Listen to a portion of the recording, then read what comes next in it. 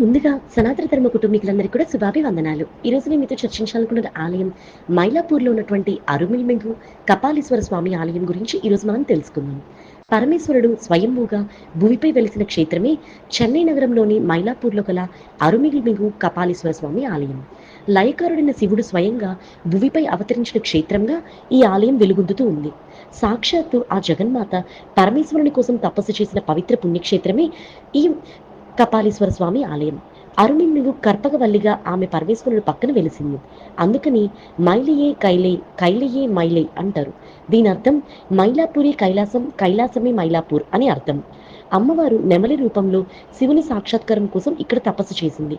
అందుకని మైల్ అంటే నెమలి పేరుతో మైలాపూర్‌గా ఏర్పడింది. బ్రహ్మ శాప విముక్తి. కైలాసంలో శివుని దర్శించిన అనంతరం సృష్టికర్త అయిన బ్రహ్మ గర్వం ప్రదర్శించాడు. దీంతో ఆగ్రహించినటువంటి పరమేశ్వరుడు అతని తలల్లో ఒకదాన్ని ఖండించి ఆ తలను ఒక చేత్తో పట్టుకున్నారు. కపాలాన్ని ధరించిన వాడు కనుక కపాలీశ్వరుడు అని శివునికి నామం వచ్చింది. బ్రహ్మ తన పాప నివారణం కోసం మైలాపూర్ ప్రాంతంలో శివలింగాన్ని ప్రతిష్ఠించి తపస్సు చేయడంతో ఆయన పాపం పరిహారం అవుతుంది. ఈ క్షేత్రానికి సంబంధించి మరొక కథనం కూడా ప్రాచుర్యంలో ఉంది. నమశివాయ అన్న పదానికి అర్థాన్ని శంభునాథుడు పార్వతీదేవికి వివరిస్తుండగా ఆమె వైపు ఒక నెమలి దృష్టి సారించింది.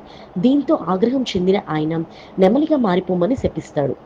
దీంతో ఆమె శాప విముక్తి కోసం ప్రార్థించగా భూలోకంలో తన కోసం తపస్సు చేస్తే విముక్తి కలుగుతుందని చెప్తాడు. భూలోకంపై అడుగుపెట్టిన పార్వతీదేవి ఒక చెట్టు కింద నెమలి రూపంలో స్వామివారి కోసం తపస్సు చేసింది.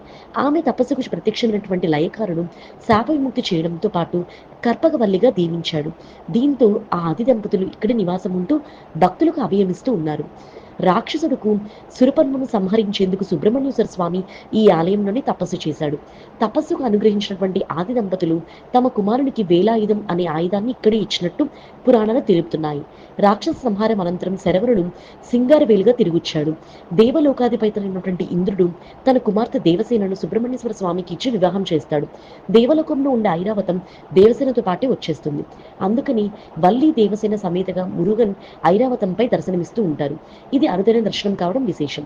మరి తెలుసుకున్నారు కదా మైలాపూర్ ఆలయం విశేషాలు. ఈ వీడియో చూసిన మీ అందరికీ కృతజ్ఞతలు.